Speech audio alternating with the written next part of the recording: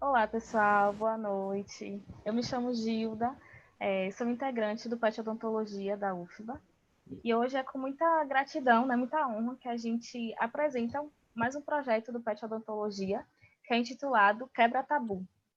Esse projeto, né, ele surgiu a partir de demandas, né, que foram sendo observadas dentro da própria faculdade, né, e também fora dela, e ela conta com um circuito de palestras e discussões que serão abordados temas relacionados à comunidade LGBTQIA+, né, e buscando relacionar isso com a saúde, tanto a saúde bucal, né, assim também como a saúde geral, com o intuito de capacitar, né, de informar a comunidade acadêmica para um atendimento de qualidade, né, para esse público em específico.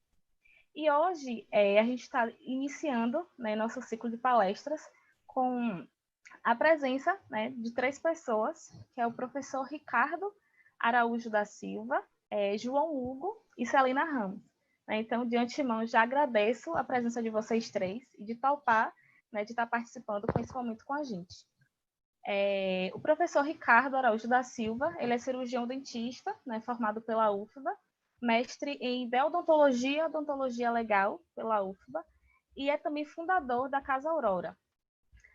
João Hugo, homem trans, negro e ativista, né, LGBTQIA+, comunicador social, fotógrafo e graduando em comunicação pela UFBA, né, e também ele é idealizador e coordenador do Centro de Cultura e Acolhimento LGBTQIA+, da Casa Aurora. E Celina Ramos é mulher transexual, negra, feminista, interseccional, graduando em Direito pela Faculdade Baiana de Direito, né, estuda gênero, raça e classe no grupo de estudos de criminologia feminista. Né, e também é idealizadora e coordenadora do Centro de Cultura e Acolhimento LGBTQIA+, da Casa Aurora. Então, é um prazer muito grande ter vocês 3 aqui hoje com a gente, né, e agora fala com vocês. Obrigado, Neta. Eu só queria fazer uma correção. Eu não sou o fundador da Casa Aurora. Quem fundou a Casa Aurora foi João Hugo e Celina. Então, eu fiz a ponte, né, para trazê-los para essa discussão. Primeiro, queria dizer que é um prazer estar aqui dividindo com vocês esse momento. Queria agradecer a Celina e a João Hugo essa participação. Eu acho que é de fundamental importância essa discussão. Cada vez mais a gente discutir o contexto da saúde voltado, não só o contexto da saúde, eu acho que a gente acaba indo para vários pontos que são importantes dentro dessa construção da população LGBT. Né? Eu acho que a gente tem uma série de fatores e quando a gente vai falar em saúde, a gente tem que falar em acesso a várias coisas. Celina é graduanda em Direito, ela sabe o que é, né, o que a gente está falando com relação a direito, a legislação, e eu acho de uma importância fundamental essa construção. E se a gente vai falar de saúde, obviamente, tem várias coisas agregadas à saúde. Né? A saúde em si, a gente não pode dizer que é a saúde no que se refere à ausência de qualquer situação relacionada à condição clínica, né, da pessoa. A gente precisa entender que essa população, especificamente, para que tenha saúde, ela precisa ter acesso a vários outros pontos que são fundamentais. E eu acho que essa é a nossa discussão de hoje, né? Esse momento. E aí eu queria que vocês falassem um pouco com relação a isso. E, mais uma vez, obrigado. Olá, gente, boa noite. Como Neta me apresentou, meu nome é Celina Ramos, né? Eu coordeno a Casa Aurora hoje em dia, né? Eu criei a Casa Aurora com o João Hugo e nós coordenamos, que é o primeiro centro de cultura e acolhimento voltado para a comunidade LGBTQIA+, né? Como ela disse, eu também sou estudante de Direito, sou uma mulher trans, uma feminista interseccional, porque eu acredito no feminismo inclusivo, em um feminismo que atinja todas as mulheres, né, e percebam os seus diversos marcadores, né, como gênero, raça e classe, e essas intersecções, né. Eu quero agradecer a PET Odontologia pelo convite, quero agradecer a Ricardo também por ter feito essa ponte, né? Acho importantíssimo discutirmos questões de gênero e sexualidade em qualquer área, né, em qualquer campo da vida, porque onde existem pessoas, existem questões de gênero e de sexualidade. E não é um discurso, não é um mimimi, né, como costuma ser dito, é extremamente necessário, porque historicamente as pessoas, principalmente LGBTs e minorias políticas, foram oprimidas e são oprimidas por causa dos seus marcadores, né? E vamos conversar, estou aqui disposta para poder contribuir, né? Estou muito feliz em poder participar. Oi, gente, tudo bem com vocês? Meu nome é João Hugo, né? Como a Nata já apresentou, eu sou homem trans, ativista LGBT, né? Ricardo, muito obrigado pela ponte. Ricardo é um parceiro, todas as nossas postagens ele está lá curtindo, comentando, compartilhando. Isso é muito importante para que a gente tenha mais pessoas conhecendo o trabalho da Casa Aurora e que mais pessoas que precisem desse suporte que a Casa Aurora oferece chegue, né, para essas pessoas. Muito obrigado também ao Pet pelo convite. Quem falou comigo foi Mari, né? E a gente foi trocando ideia durante a semana em relação à nossa participação. E é muito importante, como a Selena bem trouxe, que a gente fale sobre LGBTs, sobre gênero, sobre raça, sobre classe, em todos os espaços, né? Porque as pessoas precisam entender que nós não somos iguais. Ninguém é igual a ninguém, mas todos os direitos precisam ser dados a todas as pessoas, né? Então, isso é muito importante, abordar questões de gênero, questões de raça, questões de classe, para que a gente tenha ainda mais atenção quando a gente for falar de saúde para a população LGBT, quando a gente fala de direito para a população LGBT e todas as outras necessidades que as pessoas têm em comum, né? Sejam elas cisgêneras ou pessoas trans. Isso. Pois é, e aí, já introduzindo o nosso papo hoje, eu queria falar um pouco e fazer também a ponte com relação a ser transexual, né? A transexualidade. A minha tese de doutorado, ela aborda o universo de mulheres transexuais. E eu faço um recorte com relação a hormonioterapia, que eu nem gosto de falar de hormonioterapia, que eu acho que não é um termo adequado, porque a gente já liga a terapia hormonal, né, a uma coisa que seria, teoricamente, uma doença, né? Então, a gente não pode patologizar, isso é importante, né? A gente precisa despatologizar a condição de gênero, de uma forma geral, e a transexualidade, a identidade de gênero, a gente precisa fazer, e o discurso ele precisa ser amplo dentro da área de saúde. Infelizmente, a gente tem na área da saúde essa ligação, né, da patologia, né, com a transexualidade, que não tem mais devido a uma nova norma, né, da Organização Mundial de Saúde, que retira do CID-11, que vai entrar em 2021, né, dentro do Código Internacional de Doenças, ela sai, né, a transexualidade ela sai da condição de patologia, mas ainda assim está lá, né, que eu acho que ainda é um erro, com uma condição, vamos dizer assim, no que se refere à saúde, menor, né, mas ainda está lá, se contém no CID-11. Diante desse aspecto e dentro do recorte da minha tese, eu percebo que existe uma grande deficiência no acesso aos serviços de saúde da população trans, né? Existe uma deficiência enorme, existe o uso não prescrito de hormônios é imenso, essa utilização começa muito cedo, o que se fala, né, dentro dos termos técnicos de disforia de gênero, também se inicia, né, muito cedo, na puberdade, a disforia de gênero já acontece. E aí, eu queria que vocês relatassem um pouco esse processo de vocês, né?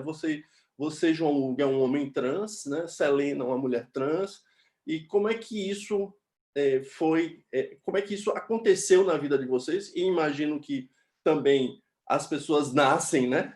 Eu acho que as pessoas nascem, não existe essa modificação, ela é feita por uma condição de necessidade, né?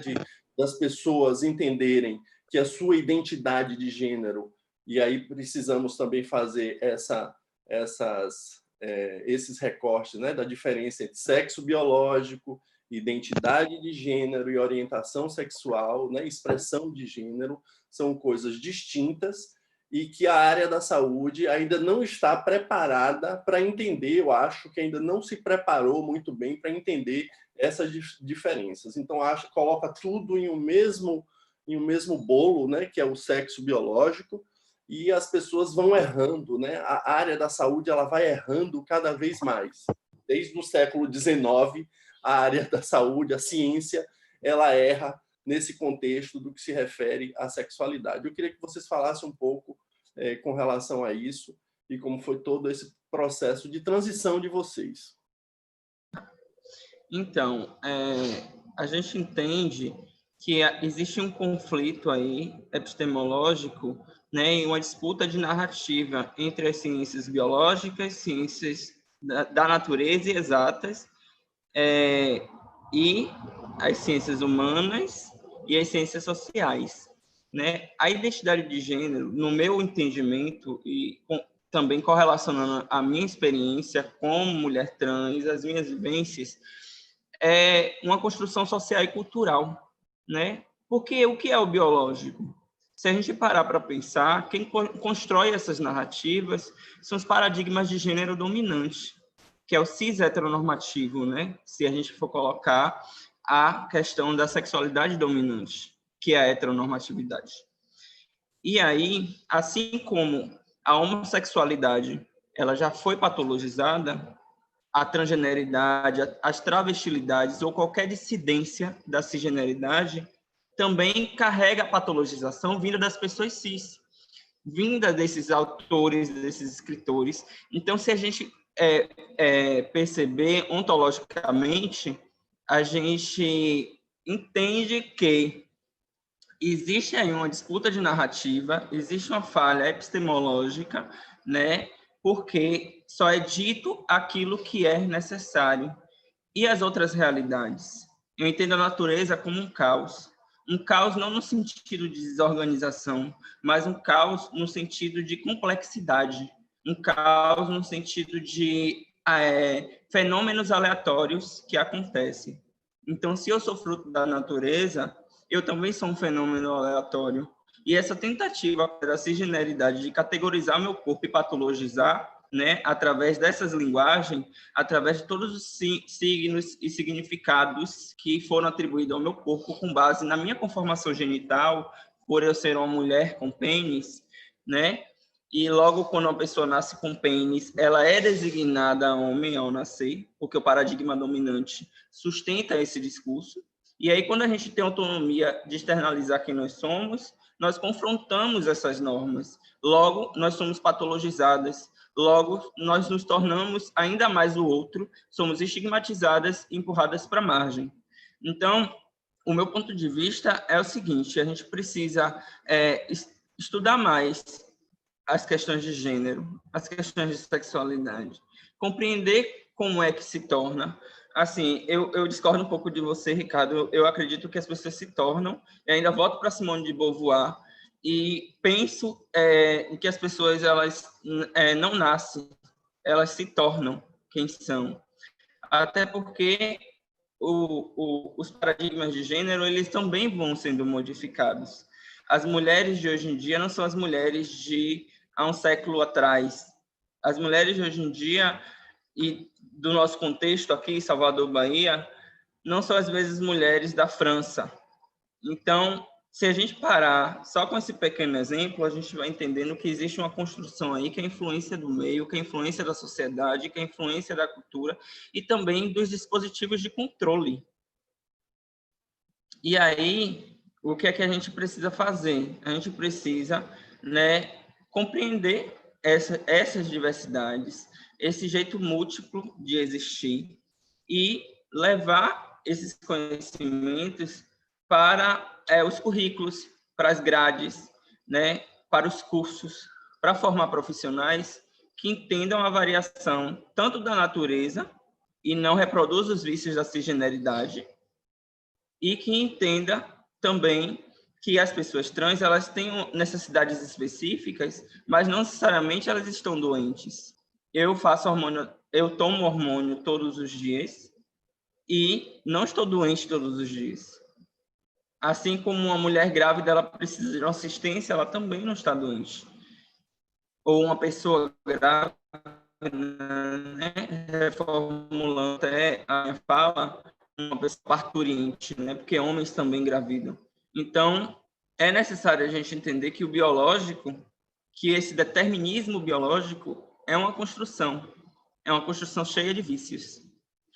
É muito engraçado tudo isso, porque quando a gente internaliza, né, algumas questões, a cisgeneridade, ela internalizou diversas questões, e ela foi dando nome a tudo que se movia e a tudo que não se move também, né?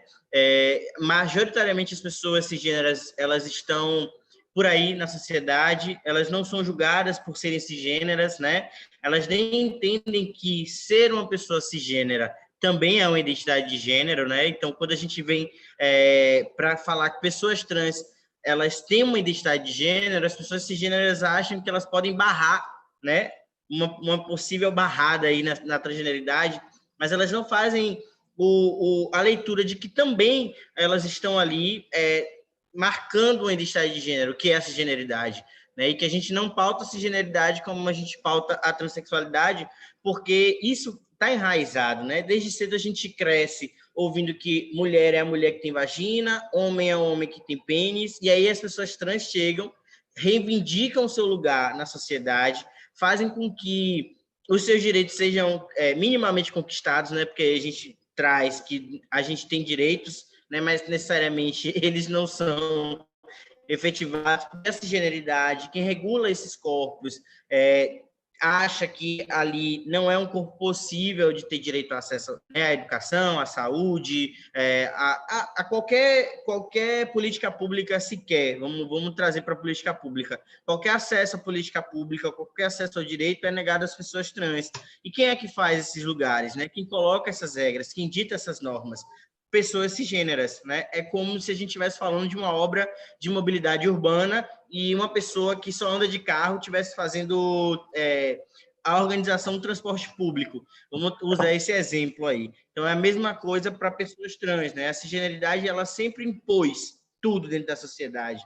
Então, quando uma pessoa trans, ela reivindica esse gênero, ela diz que quer ser chamada, tratada pelo nome que se identifica, seja homem ou mulher, ou nenhum dos dois, a cisgeneridade quer barrar e quer tirar isso quer deixar que isso não seja natural, né? Porque o que é normal na realidade, né? Então, a cisgeneridade tende a querer patologizar nossos corpos, a ciência, a partir de um olhar cisgênero também, e isso é muito engraçado, porque quando o Ricardo fala sexo biológico, eu sempre brinco com isso, porque se eu sou homem e eu sou um homem de vagina, a minha vagina é biologicamente de homem, né? Mesmo que a gente tenha ali nos livros de ciência, mesmo que a gente tenha em outros espaços, né, a separação ali distinta de sexo biológico, orientação sexual e identidade de gênero, e a gente sabe que isso vai ser utilizado para exemplos, para ser um divisor ali, né, do que é a orientação sexual e identidade de gênero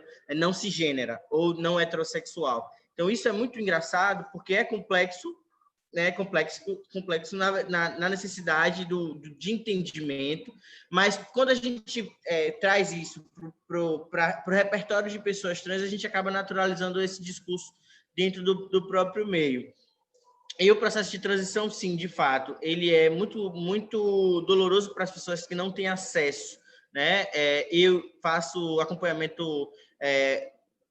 uma gambiarra, na verdade. Não faço um acompanhamento total, mas eu tenho alguém que acompanha os meus exames. Eu faço hormonioterapia desde muito tempo, desde do início da minha transição sozinho. Tem uma médica que hoje ela fala, tá, então se você não quer um endocrinologista, pelo menos faz os exames que eu vou olhando suas taxas e eu não vou deixar você morrer. É basicamente isso. Mas tem pessoas que não têm esse acesso. Tem pessoas que estão na periferia e que não sabem nem aonde existe um ambulatório, né, para que essas pessoas possam ter acompanhamento. Então, os corpos trans, eles são tão marginalizados que o acesso à informação não chega para todas as pessoas, né? E a informação que chega eu conheço fulaninho que se harmoniza com tal hormônio, que vou dizer que fulaninho não morreu usando tal hormônio, que é possível, né? Mas isso é muito vicioso, isso gera um ciclo, né? Mas ainda assim, muitas pessoas fazem o acompanhamento, a hormonoterapia de forma isolada, individual e sem nenhum tipo de acompanhamento médico, né? Que é muito perigoso, porque a gente sabe que tudo que a gente usa em excesso, sem acompanhamento, pode ser nocivo, não a hormonoterapia em si, mas o efeito desse hormônio no corpo, porque a gente tem que se adaptar também, né, com aquilo. João e Celina, a gente está falando para um monte de gente e que eu acho que algumas pessoas não têm noção de algumas palavras. Então, eu gostaria que vocês... Celina, eu entendi o seu discordar com relação a... E aí citar Simone de Beauvoir, falando que a pessoa torna-se mulher, ninguém nasce mulher e se torna mulher. Eu acho que isso é fundamental, mas eu acho que, para além de Simone de Beauvoir, e eu acho que tem aí um contexto que é mais difícil de ser deglutido e que a gente pode depois entrar nesse capítulo, nesse tema, eu acho que Judith Butler ela desconstrói um pouco todo esse processo, e aí ela traz uma condição, que eu acho que é uma condição da forma que você falou, mas com uma desconstrução, teoricamente, do feminismo, né? Porque ela acaba não vendo algo. Por isso que eu falei, eu posso até ter me equivocado em falar que as pessoas nascem, porque eu acredito, de alguma forma, que elas nascem e elas vão se construindo. Obviamente, os corpos são corpos em construção, a todo momento, né? Em todo o ciclo de vida, a gente tem corpos em construção, qualquer que seja ele.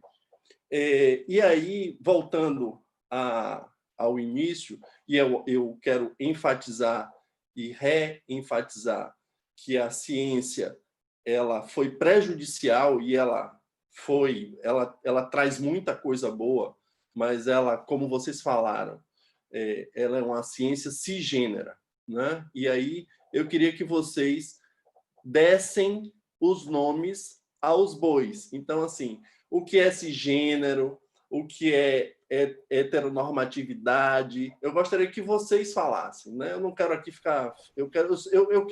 Eu acho que esse momento aqui hoje é de vocês. Então, e a sigla, Ricardo? Podemos abordar a sigla agora?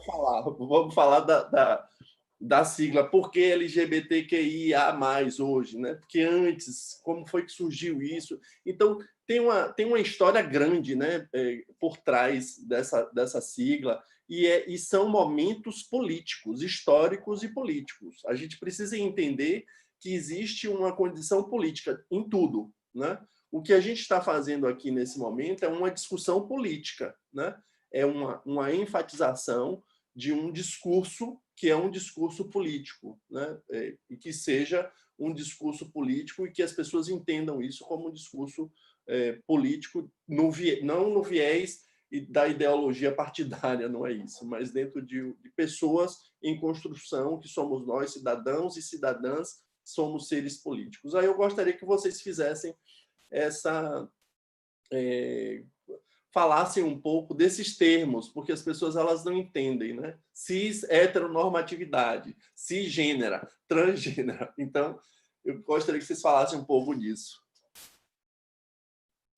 Eu costumo brincar que a explicação mais rápida e mais fácil cis é toda pessoa que não é trans. Então, se você não é trans, você é cis, né? Mas eu gosto quando a Celina explica, porque ela explica com uma linguagem, acho que mais acessível do que a minha, até, porque eu sou muito prático nessa explicação. Então, né?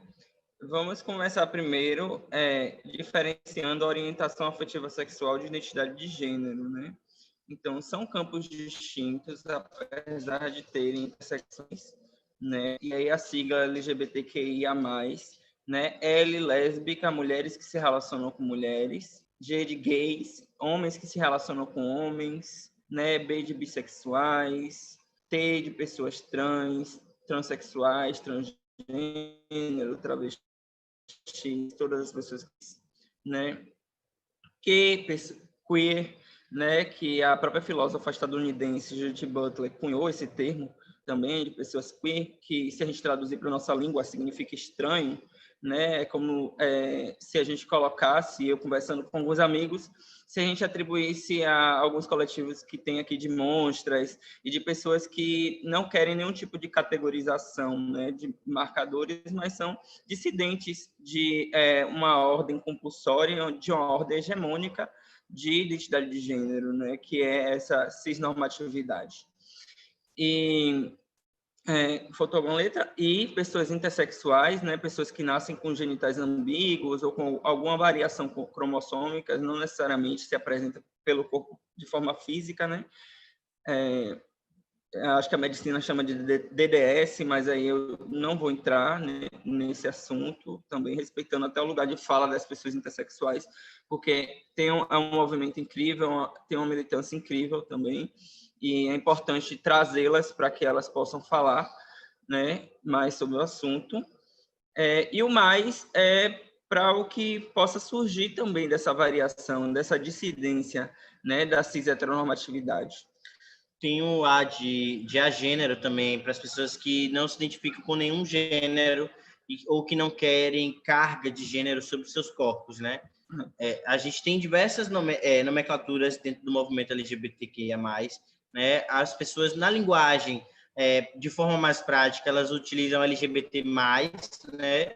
Mas é sempre importante que a gente fale de todas as siglas, pelo menos no início de todas as conversas, no início de todas as leituras dos textos, para que essas pessoas fiquem demarcadas, né? Porque, como o Ricardo trouxe, é político falar aqui sobre pessoas LGBTs, é político falar sobre pessoas trans, é político ter pessoas trans dentro dos espaços, gestando os espaços, não só pessoas trans, mas trago isso para o nosso recorte, né? Então, é muito importante que pessoas LGBTs tenham acesso, que elas estejam em lugares de destaque, elas estejam sempre em pautas importantes, para além de só pautar banheiro, né, que é o que a população trans mais costuma pautar, porque parece que banheiro é o lugar onde a gente mora, vive, come, etc. Mas é muito político ter pessoas trans. Esse momento, como o Ricardo trouxe, é político, né, porque a gente está levando informações para pessoas que se formaram, vão se formar, ou até estão se atualizando de coisas que a gente precisa, né? Porque imagine vocês atenderem uma pessoa trans dentro de um consultório, né? E o problema da pessoa trans é odontológico, mas você está tão ligado ao genital que aquele problema odontológico acaba se perdendo porque você quer saber o que aquela pessoa tem no meio das pernas, né? E isso é muito recorrente dentro do campo da saúde. Então, é importante que esses lugares estejam sempre marcados e que essas siglas sejam sempre lembradas. Uhum. Exatamente. E aí, o que acontece, né? Dentro dessa sigla LGBTQIA+, né? Certa vez eu li, eu não lembro o nome do autor, mas eu li em um livro chamado Travestis e Prisões, né? Que a identidade de gênero é a capacidade que a cultura tem de criar. Ninguém aqui é igual a ninguém. Todo mundo tem a sua construção identitária individual. E vai muito pelo campo das subjetividades, né, e que pode impactar de forma objetiva, né, quando a gente externaliza as nossas... Está procurando o livro? Você tem? Quando a gente torna objetivo a nossa identidade, a nossa construção identitária. E aí, a gente acabou colocando dentro dessa sigla toda, e é interessante entender que, historicamente, a sigla vem se modificando ao longo do tempo, era GLS, depois era GLBT, depois o L veio para frente, para dar visibilidade às mulheres lésbicas, e identidade de gênero e orientação sexual são campos distintos. Uma pessoa trans, ela pode ser lésbica, ela pode ser gay, ela pode ser heterossexual, ela pode ser o que ela quiser ser e o que ela é, né? E entender que a identidade de gênero é como nós nos construímos, é uma identidade, é como nos percebemos no mundo, né? Como a gente quer que as pessoas também nos trate. E aí, através da nossa construção identitária, vem o nome, vem os pronomes corretos, né? É interessante pensar, né, que existem diversos dispositivos legais que asseguram o nome da população, o nome da população trans, seja no campo da saúde, seja em qualquer área, né, de atuação de qualquer profissional. Nós temos dispositivos legais que asseguram o uso do nome social. O nome social é um paliativo, é um nome que a gente escolhe a partir do momento que a gente vai fazer um processo de transição, se assim é o nosso desejo escolher, porque existem pessoas trans que não vão fazer hormonização, que não vão fazer transição, que não vão mudar o nome, e elas também precisam ser respeitadas, né? É claro que a sociedade cobra mais dessas pessoas, a sociedade cobra uma leitura dentro de um gênero binário, né? E o que é o binário? É o masculino e o feminino. Então, essa pessoa ela vai ser cobrada, mas ela está construindo a sua identidade que é individual, né? O outro não pode dizer quem você é, a não ser você. Então, a orientação sexual e identidade de gênero são campos distintos. Eu, Selena, sou uma mulher trans, porque fui designada homem no nascimento, fui designada menino, né? Erroneamente, com base na minha conformação genital, não me consultaram, não perguntaram como é que eu me sentiria bem, nem nada. Quando eu tive autonomia suficiente, eu externalizei e passei por um processo de transição, ou seja, eu desconstruir tudo aquilo que foi atribuído compulsoriamente sobre o meu corpo, sobre a minha identidade, e hoje eu sou essa mulher que vocês estão vendo. Então, a minha orientação sexual, ela pode variar, né? Eu estou num relacionamento com um homem trans, né? O fato de eu estar num relacionamento com um homem trans e se eu tivesse num relacionamento com um homem cis, a minha relação, né, a configuração desse relacionamento seria heterossexual, né? Se eu tiver com um relacionamento com alguma mulher, o meu relacionamento é lésbico, porque são duas mulheres, independente se uma tem um pênis e a outra tem vagina. O que dá é a configuração dos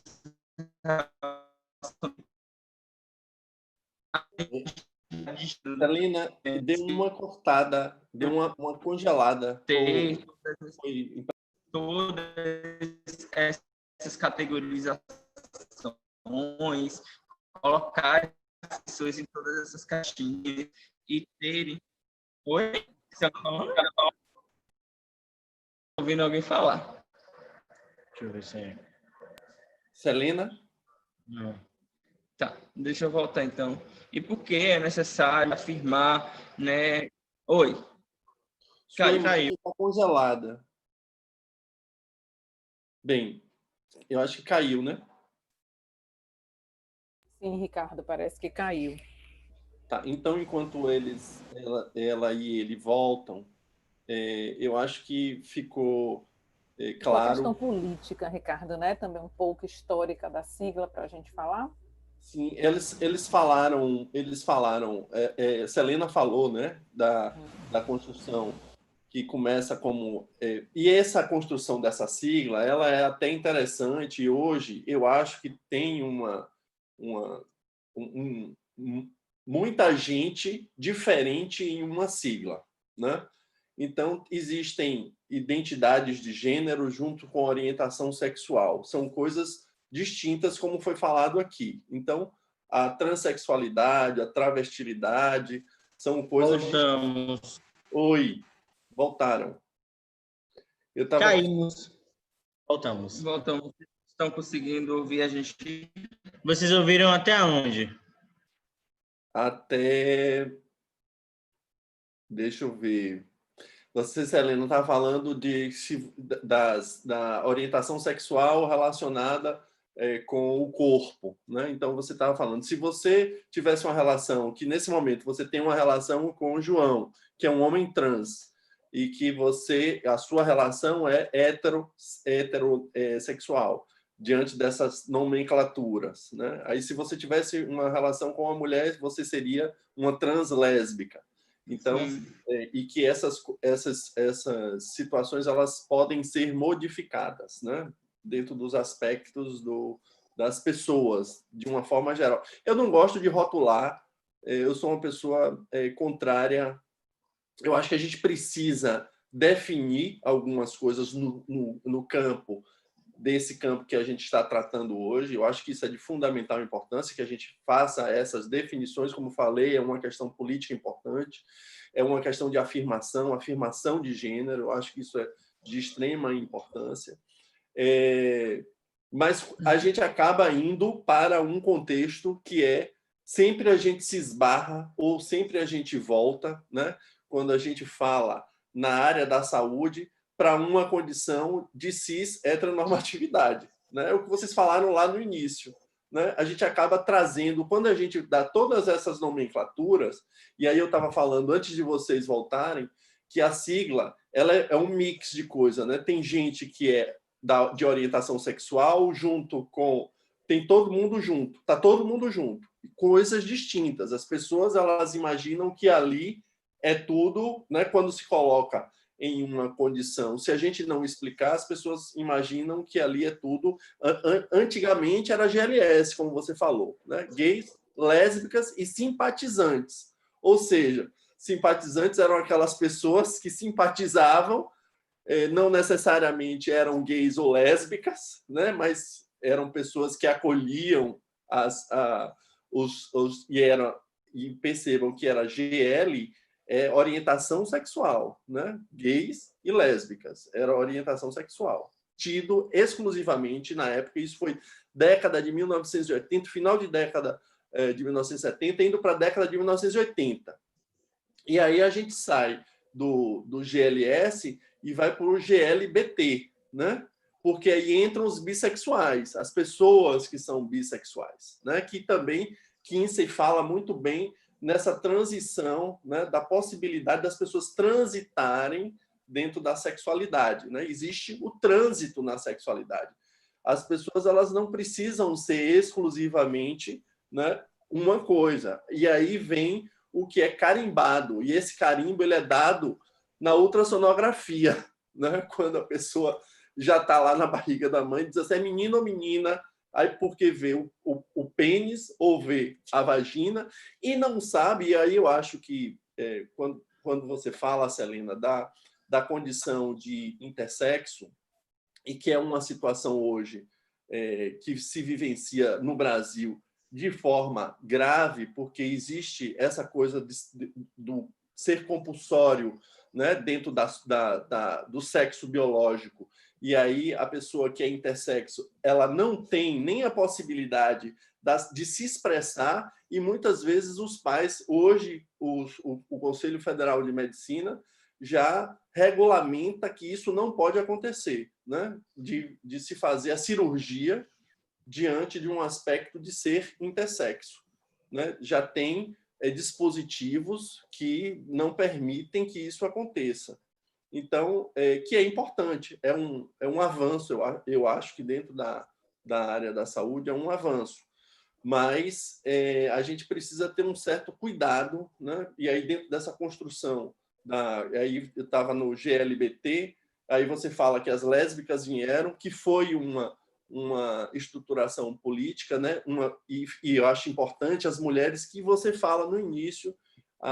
Tinha algumas coisas, eu esqueci de pegar meu bloquinho aqui para anotar, para poder enfatizar de forma crucial o que você colocou. E você fala no início de interseccionalidade, que isso é de extrema importância para se entender um contexto, né, que a gente abraça dentro do que a gente vive, né? E o que você falou, somos todos nós aqui, nesse momento, somos todos diferentes.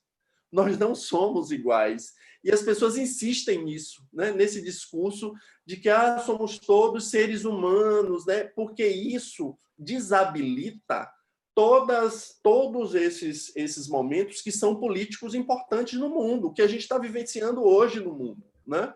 o que aconteceu com o George Floyd, e as pessoas vêm com um discurso assim, é porque somos todos iguais. Não, a gente tem aí tem momentos históricos que são importantes, que determinam isso, e que a gente traz esse ponto, que é a interseccionalidade, né, que vai determinando, né, dentro da nossa sociedade, o que a cis-heteronormatividade vai delegando, né, especificamente. Você é mulher, você está abaixo do homem, você é uma mulher negra, você está abaixo da mulher branca, e por aí vai. Então, é um bolo também de coisas que as pessoas precisam entender, né, que as pessoas normalmente não entendem. E aí eu fico vendo que na área da saúde, eu parei aqui porque tem umas coisas aqui no chat. Eu fico vendo que na área da saúde a gente tem uma dificuldade enorme, né, das pessoas da área da saúde de entender. Aí vocês falaram João falou assim, porque eu sou um homem que tem vagina, e a pessoa, se eu for, imagine eu indo para o médico e a pessoa vai estar tão preocupada com o que eu tenho no meio das pernas. É exatamente isso. E ainda tem mais, né? As pessoas, elas não sabem, elas estão tão preocupadas com isso que elas não sabem hoje, e eu acho que isso é uma dos grandes problemas na área da saúde, é não saber atender a população LGBTQIA+. Não sabe atender, não tem um cuidado, não sabe fazer, muitas vezes, uma prescrição, né? E não sabe, muitas vezes, fazer a leitura. Qual é o hormônio que você está tomando? Quanto você está tomando de hormônio? Né? Tem uma série de fatores que podem, né, se chocar diante de vários aspectos na odontologia e em outras, né, áreas da saúde também, e que as pessoas, elas não estão, eu acho que as instituições, e isso vem de uma cis-heteronormatividade forte, as pessoas nas instituições, quando a gente vai falar, né, sobre população LGBT, né, população LGBTQIA+, a gente tem, hoje, na Baiana, a gente tem um simpósio que vocês participaram, né, o ano passado, e que virou tema, agora todo ano tem. Então, é institucional. A gente institucionalizou esse tema. Você está preparado, então, aberto para todas as pessoas da área da saúde, internas e externas. Então, a gente percebe que as pessoas, elas estão se formando, indo para o mercado de trabalho, e elas não estão percebendo que existe uma diversidade de pessoas, né? E não estão conseguindo, muitas vezes, e elas negam o atendimento. Negam um atendimento referido a pessoa por uma discriminação, e muitas vezes negam um atendimento por não saber atender. Bem, eu cortei vocês eu cortei você na sua fala, mas eu já queria entrar também. Alguém perguntou: existem locais, ONGs que se colocam a acolher LGBTQIA+. A Casa Aurora é uma delas, né? Eu queria que vocês falassem um pouco como foi que surgiu, né, a Casa Aurora. Como é que alguém colocou aqui, como surgiu a Casa Aurora, como ela atua, podemos estar com a Casa Aurora. Então, falem aí um pouco dessa união de vocês e da Casa Aurora.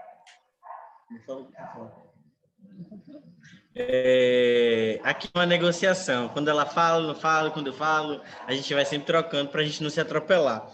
Então, antes da gente falar da Casa Aurora, eu queria falar uma coisa que você falou, Rick. É muito engraçado como a gente sabe que as pessoas não estão preparadas para o mercado, né? Volto a dizer o que eu tinha dito antes, né? A gente sempre se esbarra com questões dessas em consultórios. Não falo só da odontologia, porque a odontologia é muito mais específica em alguns pontos, mas eu falo em outros ambientes, né, dentro do campo da saúde. Eu faço parte do Comitê Técnico de Saúde Integral da População LGBT do Estado, e a gente faz alguns monitoramentos, acontecem algumas demandas que a gente acaba recebendo. E a gente pensa que a gente já viu de tudo, né? A minha ginecologista, ela atende no ambulatório trans, que está dentro do SEDAP, né? E quando eu fui conversar com uma pessoa uma vez, uma amiga, que é uma mulher cis e lésbica, ela disse que a ginecologista, uma outra que atendia ela, falou que não precisava fazer o preventivo porque ela era lésbica, né? Você pasme. E aí, aí a gente conversando com a minha ginecologista, ela falou, mas, ué, isso é um absurdo, ela está ali, se ela estudou, né, para lidar com vaginas, ela vai lidar com vaginas de mulheres ou de homens, e tá aí, né? Então ela tem que entender que cada sujeito tem um corpo, tem uma necessidade, mas que todos os exames precisam ser feitos, né? Até para detectar alguma doença, alguma patologia, enfim, qualquer demanda. Então a gente ainda está nessa pauta, né, de pensar que lésbicas não precisam fazer preventivo, homens trans não precisam de atendimento ginecológico, mulheres trans não precisam de determinadas demandas. A gente ainda está nisso dentro do campo da saúde, né? E sim, da Casa Aurora. A Casa Aurora surgiu a partir de uma necessidade que a gente via, né? Nós dois somos casados, moramos juntos há 4 ou 5 anos já, e a gente fazia o abrigamento de pessoas LGBTs no nosso apartamento, né? E era um apartamento que era um apartamento pequeno, 2 quartos, eu, Selena e as nossas crianças, que são nossos cachorros, e a gente acolhia amigo de amigo, algum amigo de amigo dizia que alguma pessoa precisava de passar um dia, uma semana ou algum tempo com a gente, e a gente foi percebendo que isso era uma realidade que era constante, né? Então, e isso foi se agravando com o tempo, até que a gente sentou e escreveu o projeto da Casa Aurora, né? Que é hoje um centro de cultura e acolhimento voltado para a população LGBTQIA+, de 18 a 29 anos, né? Que nós somos a primeira e única casa de acolhimento do Estado, né? A gente tem uma capacidade máxima para abrigar 10 pessoas e, se a coisa apertar mesmo, 11, mas não tão confortável. Sim, a Casa Aurora ela completou 1 ano no mês passado, no final do mês passado, né? E ao longo desse tempo a gente tem feito diversas atividades. Nós temos uma clínica social com profissionais que são voluntários, né? Que fazem parte dessa equipe também. E a clínica social nós temos uma psiquiatra, psicólogas, psicoterapeuta, pessoas que estão atuando e resolvendo as demandas, né, psicológicas das pessoas LGBTQIA+, que procuram a casa para essa finalidade, né? Nós também temos apoio de alguns advogados, algumas pessoas da área jurídica que fazem direcionamento. Geralmente, quando chega alguma demanda também e que a Casa Aurora não comporta, a gente também faz direcionamento, seja para a Defensoria Pública, para o Ministério Público, seja para o GEDEM, né? Seja para outras instituições que também estão encarregadas em atender a população LGBTQIA+, né, do estado da Bahia e as pessoas que moram e que vêm para o estado também. A Casa Aurora ela tem funcionado através de financiamento coletivo recorrente. A gente tem uma pessoa que é parlamentar que paga o aluguel da casa, porque eu sou assessor de comunicação, eu trabalho com audiovisual, faço assessoria de comunicação para todas as áreas, inclusive a área política, e a gente sentou quando a gente aproveitou a oportunidade, porque a gente precisa viver de oportunidades, né? Porque as oportunidades para pessoas trans, elas não são dadas, a gente não pode bater na porta, a gente tem que arrombar todas as portas para que a gente consiga algum lugar no espaço. Então, a gente sentou, escreveu o projeto, eu fazia assessoria de comunicação do deputado federal na época, Bacelar, então a gente levou o projeto e pediu para que ele ajudasse, então ele paga o aluguel da casa. Então, todo o resto, eu e Selena, a gente coloca a grana aqui através do nosso trabalho, Selena dá aula, eu trabalho com assessoria de comunicação, a gente tem um financiamento coletivo recorrente, né, que tem um link no nosso Instagram, as pessoas ajudam mensalmente a Casa Aurora, então a partir disso a gente paga as contas da casa, a gente recebe doações de alimentos não perecíveis, alimentos perecíveis, itens de higiene pessoal, enfim, para ser voluntário da Casa Aurora, a gente tem um filtro e um cuidado muito grande. Enquanto pessoas trans, a gente está acostumado, infelizmente, a ser cobaia de pessoas cisgêneras. Então, quando a gente recebe alguma demanda de trabalho acadêmico, voluntário que ainda é para estagiário, a gente não aceita estagiário, né? Até porque para ter estagiário, precisaria ter uma equipe de revisão desse estagiário, então a gente não aceita. Mas voluntários, eles passam por uma triagem, passam por uma formação, uma capacitação para entender por que esse voluntariado quer ser exercido nesse espaço, né? Então, a gente tem um cuidado muito grande, até porque a gente lida com pessoas que estão em vulnerabilidade social grande, né? Ou violência psicológica, ou algum determinado fator, né? Então, a gente acaba tendo mais cuidado com o fluxo de pessoas que atuam na casa, para que as pessoas que estejam aqui abrigadas não se sintam estudadas ou se sintam objeto de pesquisas, né? A gente faz o acolhimento integral, né, desses jovens de 18 a 29 anos que sofreram algum tipo de violência com relação à sua identidade de gênero e orientação afetiva sexual, né? E geralmente são pessoas que foram expulsas de casa porque são pessoas trans, são pessoas que a família não aceita o relacionamento. Então, são várias questões, né, e várias deficiências que nós temos. A falta de políticas públicas também voltada para a comunidade LGBT que possa fazer a tutela e amparar, né, prestar serviços para a gente. E a Casa Aurora ela vai atuando de diversas formas, né? A gente não só assiste e atende, não só faz o atendimento integral das pessoas que estão acolhidas aqui, existem várias pessoas que fazem parte dessa rede, né? Nesse contexto de pandemia, nós estamos distribuindo algumas cestas básicas, a gente arrecada as cestas básicas, faz o cadastro das pessoas, principalmente as travestis que vivem de prostituição. Infelizmente, a prostituição ela é compulsória para a gente, a maioria das vezes a gente precisa se prostituir para poder se alimentar, né, para poder ter acessos fundamentais, direito a viver, direito a existir. Nós somos empurradas compulsoriamente para a prostituição, né? Segundo a Associação Nacional de Travestis e Transsexuais, a ANTRA, 90% das mulheres trans estão na prostituição. E aí a gente entende que mais de 90% da população trans, somando com os homens trans, estão em trabalhos informais, né? Estão vivendo na subalternidade, estão vivendo na margem da sociedade. E aí são esses trabalhos que muitas meninas vão fazer para sobreviver. Não significa que elas querem e que todas querem. Quando a prostituição for uma opção, beleza, mas quando ela for uma obrigação, quando ela se torna algo compulsório, se torna um exercício, uma prática compulsória, isso é violento para a gente. Então, nós precisamos atuar em diversas áreas, nós precisamos também atuar na área da saúde, no direito, em diversos campos, porque assim a gente vai poder somar, a gente vai poder colocar a nossa visão, né? E aí o que não foi dito foi sobre a cis-heteronormatividade, né? A gente entende a cis-norma como essa norma mesmo compulsória e hegemônica, dominante de gênero, que categoriza como normal todas as pessoas que nascem e se reconhecem também dentro desse paradigma de gênero, e aquelas que não se reconhecem, elas se tornam anormais, elas fogem desses padrões e são estigmatizadas, são marginalizadas, são violentadas e perseguidas. E a gente, hoje em dia, já entende como é que funcionam as coisas, né?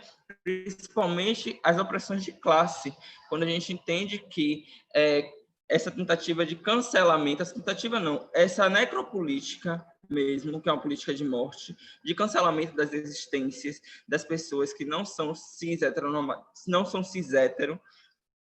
é uma estratégia de apagamento, de silenciamento, de higienização, e estamos trabalhando também nessa vigilância, né, para poder fazer com que a sociedade ela mude, se transforme de alguma forma e passe a nos acolher, passe a nos entender, passe a produzir conhecimento que nos incluam. Só uma observação, uma coisa que a Casa Aurora percebe também é o reflexo do racismo, né? Aqui, majoritariamente, as pessoas que estão acolhidas são todas pretas, né? A pessoa LGBT que é branca ou que tem uma leitura social de pessoa branca, ela tende a sair do espaço muito mais rápido do que as pessoas que são pretas, né? Nós dois, enquanto coordenadores, enquanto pessoas pretas, a gente consegue perceber isso, né? No dia a dia, no tratamento, enfim, no se relacionar, né? De cada pessoa que está aqui abrigada com o externo, né? A gente tem pessoas aqui que estão na universidade, mas que não têm oportunidades, né? E que vieram de famílias que não compreendem a sua identidade ou sua orientação sexual. O que é muito engraçado é que a Casa Aurora leva a fama de ser uma casa só de pessoas trans. Talvez porque eu e Selena sejamos pessoas trans, mas não só por isso, mas é porque majoritariamente as demandas de abrigamento são de pessoas trans, né? Isso não significa que a gente não acolha a população LGBTs, né? Que são lésbicas, gays e bissexuais cisgêneros, né? E é importante dizer que pessoas trans são heterossexuais. Então, toda pessoa que for falar, eu sou hétero, diga, eu sou uma pessoa cis hétero, porque pessoas trans também podem ser heterossexuais. E entender que a cisnormatividade é diferente da cis-heteronormatividade, né? Que as pessoas cis-heteronormativas, elas são heterossexuais, mas a cisnormatividade pode ser reproduzida por uma pessoa lésbica, que seja cisgênero, por um gay.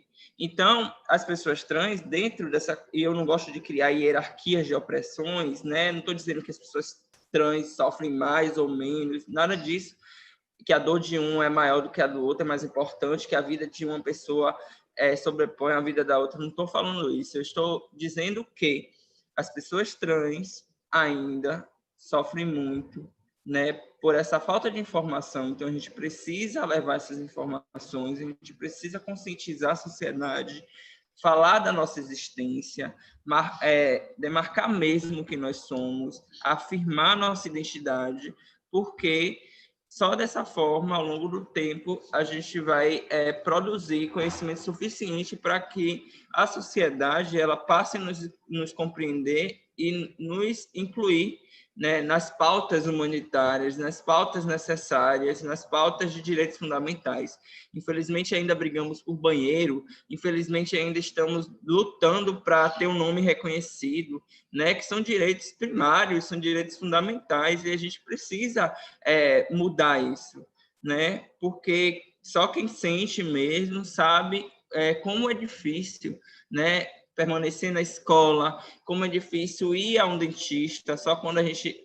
a maioria das pessoas só vão no médico, usar serviços de saúde, geralmente, quando estão realmente precisando mesmo, quando não tem mais jeito de cuidar em casa, porque o medo de sair de casa, chegar num hospital e ter um profissional que estudou anos, está recebendo muito bem, ocupando aquele lugar de poder, para olhar para minha cara e me tratar no masculino, me ridicularizar. Já passei por várias situações de transfobia institucionalizada que me deixou extremamente frustrada, e as pessoas que estavam ao meu redor também sofreu essa transfobia, como a minha mãe, né, que me acompanhou uma vez no hospital, e que as enfermeiras começaram a rir de mim, e riam de forma escancarada, e o médico também pegou o exame e apontou para mim, gritando como se eu tivesse cometido um crime em eu ser uma mulher trans. E houve várias situações assim constrangedoras, vexatórias, discriminatórias comigo, por exemplo, em ambientes de saúde. Hoje, por incrível que pareça, eu fui num dentista, hoje eu já sou retificada, meus documentos são retificados. Hoje a gente pode retificar os nossos documentos, né? Saiu uma ação direta de inconstitucionalidade, né? Que é 4275 do STF, o provimento CNJ, que permite com que pessoas trans elas possam ir no seu cartório de origem e retificar, sem precisar de cirurgia, sem precisar de laudo patologizante, sem precisar de entrevista, nada disso. Só basta você ser uma pessoa trans, se identificar com um gênero que é diferente do que foi designado no seu nascimento, você chega lá e pede para poder fazer essa alteração, não demora muito. Então, hoje eu fui tranquilamente, não houve especulação nenhuma, fui bem recebida, fui bem tratada, ninguém perguntou nada, pegaram meus documentos e foi muito tranquilo. Mas minha vida não foi sempre assim. Então, eu apresentar um documento que tinha um nome e um gênero masculino lá, que carrega um gênero masculino e uma aparência feminina, já gerava as especulações, eu já era tratada, mesmo pagando, mesmo sendo em um ambiente privado, já estava sendo tratada de forma desumana. Então, a gente acaba criando bloqueios para poder acessar também esses espaços que são violentos, que não nos querem lá. E aí, hoje em dia, eu luto, o João luta, eu acredito que a comunidade trans toda está lutando para que a gente tenha acesso à justiça, acesso à saúde integral, de qualidade, que o SUS ele possa qualificar ainda mais o seu serviço, né? E principalmente ampliar o que eles chamam de processo transexualizador, né? Fazendo com que a gente possa ter nossas cirurgias garantidas, para que a gente possa ter todo o acompanhamento com toda a equipe multidisciplinar, né? E profissionais que tenham uma capacidade de atuar e de atender às nossas demandas. Eu sempre digo que toda grade de ensino, de qualquer área de graduação, tem que ter pautas de gênero e sexualidade, porque as pessoas precisam entender que todas as pessoas são diversas, independente das suas orientações sexuais, das suas identidades de gêneros, as pessoas são diversas, né? Existe uma diversidade, porque se todo mundo fosse igual, seríamos cópias, seríamos mais dos mesmos o tempo todo. Quando a Celina traz a questão da saúde, todos os espaços, quando uma pessoa trans, principalmente as travestis, né, que chegam nos lugares, a gente tem população trans, tem uma fama de pessoas agressivas, porque a gente já cansou muito de brigar por respeito nos espaços. Então, às vezes, a agressividade naquele lugar, esse fulano é uma travesti agressiva. Não, fulano não é uma travesti agressiva, fulana já tomou tanta pedrada que fulana hoje ela não consegue estar em um espaço e aceitar qualquer violência, porque todas. Então, a gente precisa entender que cada pessoa ela vai passar por uma violência de uma forma, né? Eu não chego hoje em um espaço de saúde e sou maltratado, né? Talvez aí o fato de eu ser homem, né? O machismo impere e as pessoas me respeitem porque eu sou homem. Às vezes a gente está em uns lugares, é ela que vai fazer o procedimento e as pessoas não olham nem para ela, assim, né? E aí a gente tem que ficar o tempo todo conduzindo a fala para ela, para que as pessoas se direcionem. Mas isso é uma questão, né, da sociedade. E enquanto pessoas trans, a gente sabe do que a gente vai passar, do que a gente tem passado e da luta que é. Hoje a gente tem um presidente que acha que fala de ideologia de gênero. Se a gente fosse falar de ideologia de gênero, a ideologia de gênero seria cisgeneridade, né? Porque é o que é imposto. A gente vê casais heterossexuais cisgêneros o tempo todo na televisão. A gente é condicionado ao rosa e ao azul o tempo todo. Então, que ideologia de gênero inexistente é essa, né? Porque a ideologia de gênero vem total da cisgeneridade, né? A cisgeneridade está sempre tentando impor as coisas para todos os corpos, sejam esses corpos cis ou trans. Eu anotei aqui algumas coisas e eu vou complementar. Quando eu digo complementar, não é a fala de vocês, não. É complementar com algumas coisas que vêm no momento que vocês estão falando e aí me dá aquele incômodo e eu preciso... Não incômodo com o que vocês falaram, mas assim, que eu acho que cada vez mais a gente precisa lutar, né? Dentro das lutas que acontecem no dia a dia, porque eu acho que é uma luta, né? Não é uma condição simples, é uma luta. E a cada dia a gente precisa lidar, e quando eu digo a gente de uma forma geral, as pessoas que são cidadãs e que estão envolvidas dentro de um processo de cidadania, elas precisam lutar. Aqui uma menina falou o seguinte: Clara, obrigado por essa pauta. Sou da FOUFBA e membro da LAFO, que é a Liga Acadêmica de Farmacoterapia Odontológica, e me inquietei ao saber que não saberia prescrever para pessoas que usam hormônios. Vamos começar a estudar sobre e pulverizar isso. O pessoal dando parabéns a vocês. Algumas pessoas falam, Romeu falou aqui do orgulho daqueles que utilizam seu corpo como estratégia de sobrevivência e que, além disso, estiveram na linha de frente do combate à LGBTfobia. Alguém pede indicações de leitura, eu acho que isso vai ser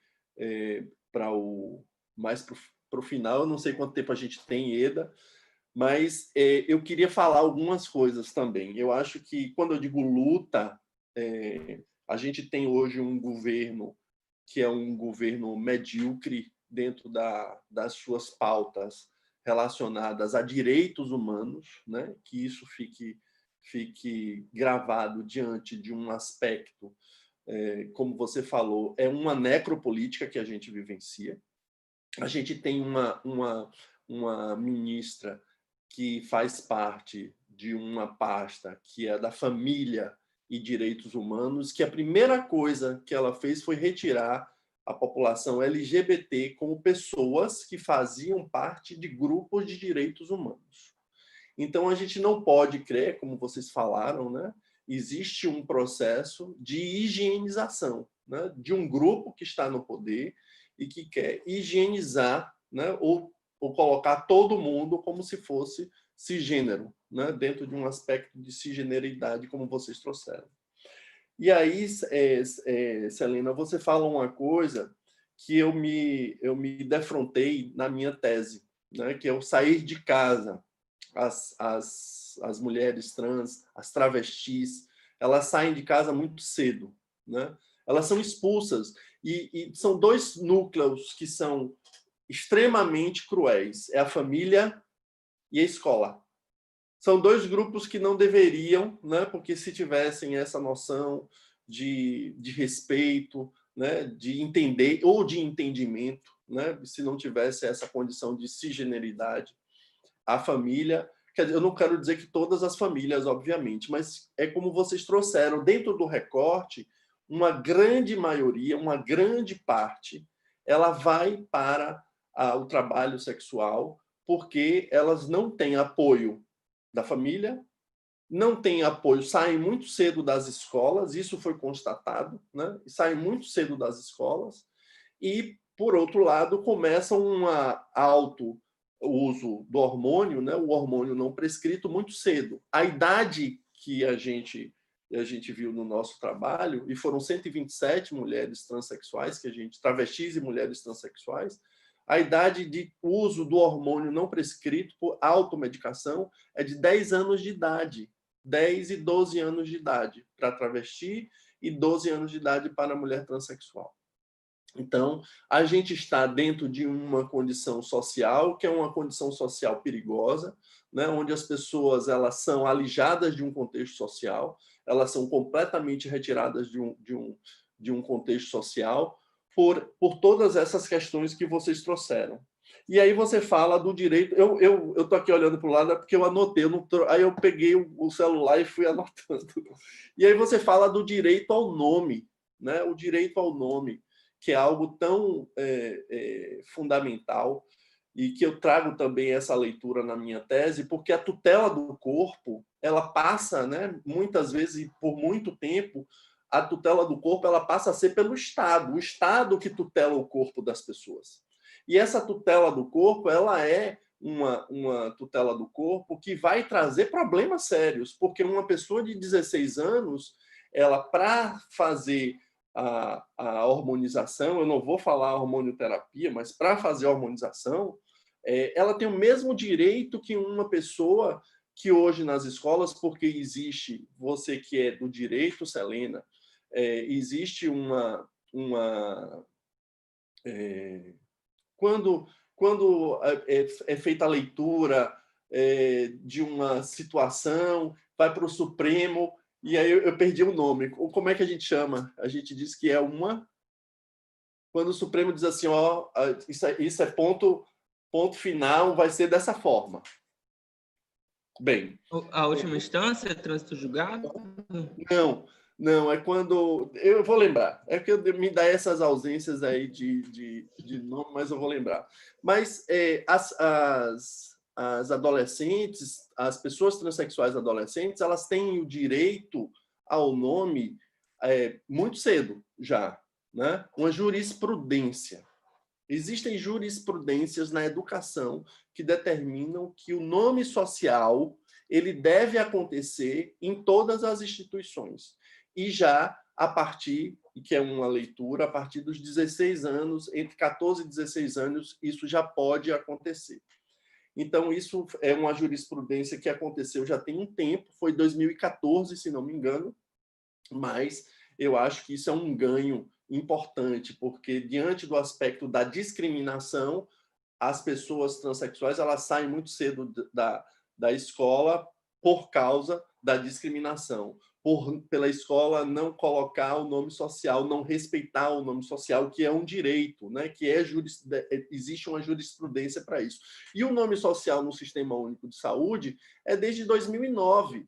Existe uma portaria que determina o nome social desde 2009, e o Sistema Único de Saúde não respeita o nome social da população trans, né? Não respeita. As pessoas no Sistema Único de Saúde não respeitam.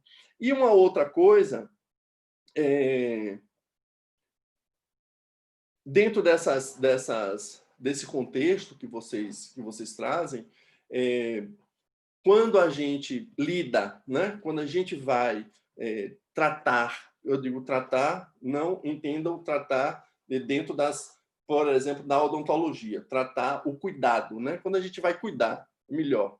Quando a gente vai cuidar das pessoas, esse despreparo, né? Hoje, na odontologia, se percebe muito isso, o não acolhimento, ou um acolhimento inadequado da população trans. Muitas vezes por medo, eu acho que por medo de não saber, né? Porque fica aquela coisa tão distante, me parece que fica uma coisa tão distante, as pessoas têm medo e não. Você falou que foi hoje ao dentista.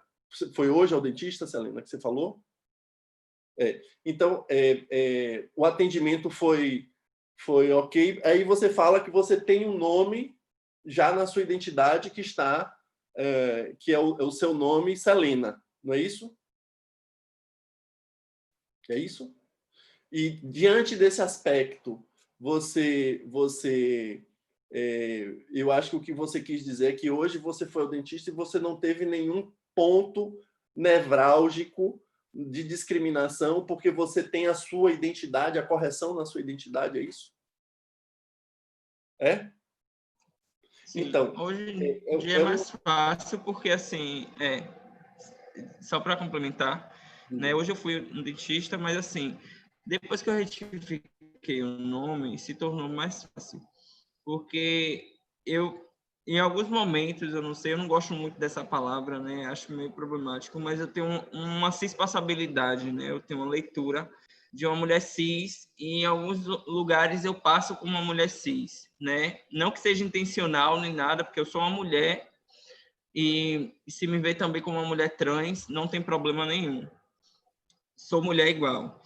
A questão é a seguinte, depois que eu retifiquei os documentos, se tornou muito mais fácil o meu acesso nos lugares. Então, as pessoas que, de alguma forma, têm uma dissonância quando eu apareço, quando eu chego, né? Fica ali, será que é um homem? Será que é uma mulher? Fica nessas especulações. Quando eu entrego o meu documento, o papel acaba dando mais legitimidade à minha identidade de gênero do que a minha própria presença e a minha própria afirmação. Então, o nome social como um paliativo é um nome que vai ficar ali, por exemplo, nas instituições. Aí você citou a escola, na escola, nos hospitais. É um nome que, só que lá dentro, internamente, né, em todo o sistema, vai ter o nome ali que foi atribuído no nascimento, que muitas vezes colocam as pessoas trans em situações vexatórias e muitas pessoas trans não se reconhecem, né, com aquele nome, não atendem por aquele nome e sente a necessidade de modificar. Então, diferença de ter um nome retificado para o nome social é o seguinte: o nome social é um paliativo. Ele vai ser utilizado nos ambientes que tem esse serviço, né? Que tem lá no sistema a utilização do nome social. Mas os lugares que não tem. Então, se eu fosse em uma clínica odontológica que não tivesse, e eu não tivesse o nome retificado, né, e usasse nome social, chegasse lá para ser atendida e eles olhassem na minha cara e falassem: como assim nome social? Não sei o que é nome social, como já aconteceu em alguns lugares. Eles não sabiam que era nome social, meu documento estava com um nome masculino, e aí eu falei: não, eu gosto que me chame assim, meu nome é esse aqui, meu nome é Selena, eu anotava, meu nome não é esse. Ah, não, porque eu tenho que chamar pelo nome do RG, aí gerava sempre confusões, né? E aí eu pedia para respeitar meu nome social, eles não sabiam o que era nome social, eu tinha que ensinar para eles o que era nome social, e aí o transtorno, a violência psicológica já acontecia ali, a transfobia institucionalizada já acontecia ali. Então era uma reação em cadeia. Hoje em dia, com a retificação do nome, para mim, né, porque nem todas as pessoas trans também querem retificar o nome, mas para mim é um conforto. Eu chego nos lugares, sou muito bem atendida, sou muito bem recebida. Se alguém fica querendo especular alguma coisa, o meu nome é Selena e minha identidade de gênero é feminina e ninguém pode falar nada. Então, é uma carteirada, né, digamos assim. Mas, infelizmente, nem todas as pessoas trans retificaram o nome, né? Uma coisa que é muito engraçada é que quando as pessoas trans ainda não têm seus nomes retificados, né, oficialmente no registro, qualquer lugar que a gente vá vira um show, uma palestra, um curso, porque as pessoas começam ou é um processo de ridicularização, muitas vezes, ou que é o que é chamado de transfobia recreativa, ou as pessoas estão tão desassistidas em relação a essas questões que elas acabam tentando ali pegar todas as necessidades de conhecimento delas neste momento. E o que para elas não é um lugar de desconforto, né? Mas para as pessoas trans que têm que ficar dizendo quem são, falando, explicando, etc., é desconfortável, porque às vezes a gente só quer utilizar um serviço, né? Se a gente quisesse ficar o tempo todo falando sobre isso estaria estampado na testa. Uma coisa que eu costumo dizer é que se o genital fosse tão importante, ele não ficava dentro da calcinha ou da cueca, ele ficava na testa, né? E as pessoas não entendem isso, né? As pessoas sempre que vão falar de pessoas trans, elas querem saber qual genital essa pessoa trans tem. A pergunta mais absurda é: mas você já fez cirurgia? E aí é engraçado que eu sempre brinco, né? Depende da cirurgia. Eu já caí, eu tenho cicatrizes, etc. Que cirurgia você está perguntando? Então a gente tem que começar a levar as pessoas que acham que pessoas trans são exóticas, né? São seres exóticos, meio que a pagode, né? Uma outra coisa que você falou foi do uso do nome social no cartão do SUS. Veja, 2009, ainda hoje a gente precisa chegar nesses ambientes e dizer a necessidade de utilizar as pessoas que existe a possibilidade de ter o cartaz. Oi? Voltou, é porque deu uma travada. Você falou 2009 e deu uma travada. 2009, a gente veja que foi em 2009 a questão do nome social no cartão do SUS e hoje em 2020 a gente ainda tem que falar sobre isso. Eu lembro que quando eu fiz o meu cartão com o nome social, que eu disse à menina do posto que eu podia, ela disse: não pode, eu falei na portaria tal, pode. Aí lá eu não sei fazer, eu falei: não tem problema, eu te ensino. E eu, que não trabalhava num posto de saúde, não conhecia nem o serviço do posto de saúde, fui ensinar a menina que trabalha na recepção a colocar o nome social no cartão do SUS. Entende? As pessoas trans, elas têm que estar... Por mais que elas não tenham acesso a algumas, elas precisam sempre saber sobre direito de saúde, né? Porque elas precisam chegar nos lugares dizendo quais são os direitos dela. Inclusive, algumas pessoas que eu conheço, elas andam com papel impresso das leis, né? Enfim, assim como as pessoas precisam saber sobre saúde, porque as pessoas que estão se formando desses espaços não se interessam em aprender, né? E isso é violento no processo das pessoas trans. Às vezes as pessoas estão lá só precisando de um suporte e elas têm que ficar explicando quem elas são. E é muito cansativo ter que explicar porque nós existimos, sabe? Tá o tempo todo explicando a sua existência, tá o tempo todo para não ser apagada, para não ser estigmatizada, não ser violentada, excluída, na precariedade da sociedade. A gente está o tempo todo precisando, por quê? Responder os porquês e simplesmente muitas pessoas trans sonham com um dia em chegar em um ambiente, né? Seja esse ambiente qual for, e simplesmente chegamos ao serviço como qualquer outra pessoa. Nós não temos só necessidade de hormônio, de hormonização, né, de nome social e tudo. Todas as outras necessidades, nós podemos ter diabetes, nós podemos ter pressão alta, nós somos seres humanos e precisamos de um apoio integral.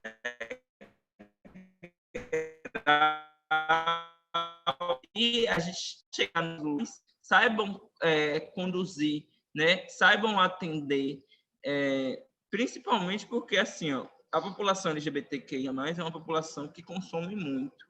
Se a gente for olhar para um viés capitalista, pessoas LGBTs, geralmente gays, cisgêneros, né, que estão ocupando cargos e lugares de poder, que são professores de universidade, que são médicos, que ocupam diversos lugares.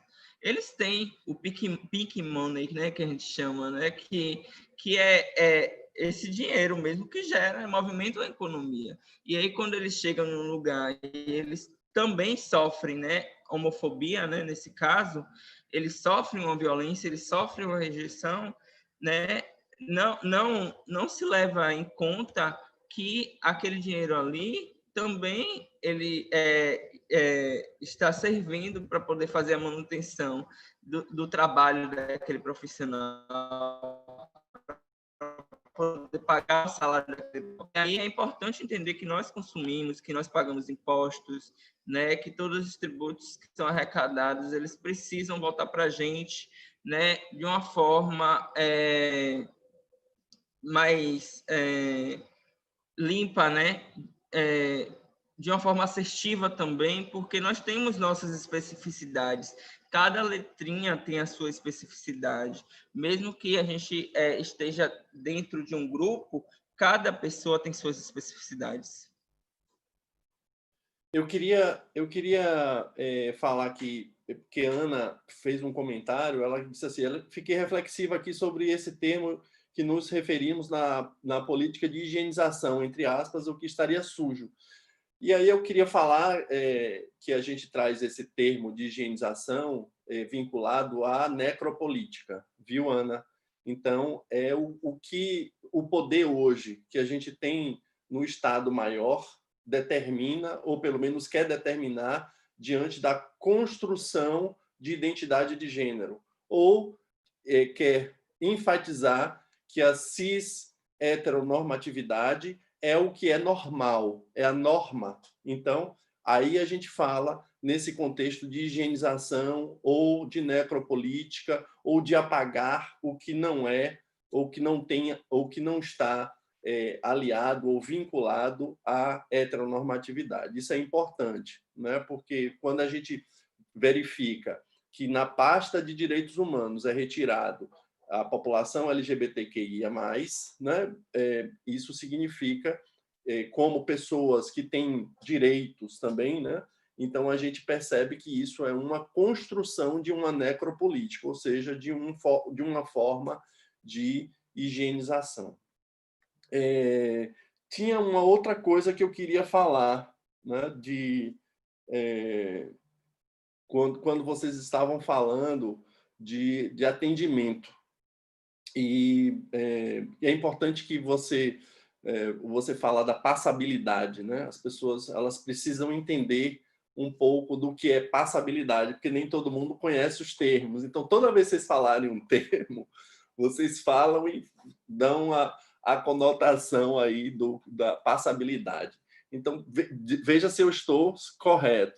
Passabilidade é quando a pessoa trans passa, né, no contexto social, ela é lida como aquele gênero que ela está se apresentando. Então, no caso, Selena, dentro do contexto de passabilidade, ela é lida socialmente como uma mulher. Ela é uma mulher transexual, ela é lida como uma mulher. João, ele tem uma passabilidade como homem, né? Então, as pessoas enxergam João como homem.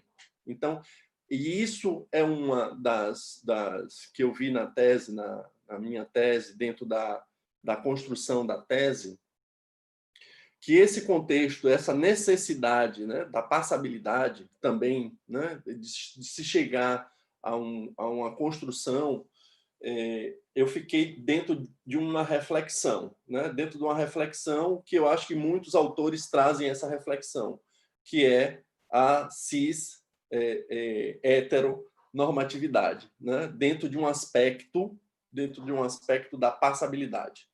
Existem alguns autores que trazem isso ou dentro de um contexto, né? Dentro de um contexto social específico, especificando algumas coisas que são determinadas para grupos, especificando aí a população trans. E aí eu estou falando da população trans, especificamente de mulheres transexuais e travestis, porque foi o meu recorte. Não é meu lugar de fala. Isso é que seja importante. A construção do trabalho é uma construção que é para ser dividida, né, com vocês. Eu faço várias críticas ao contexto político, ao contexto social, críticas que são importantes eu acho que é para agregar essa luta.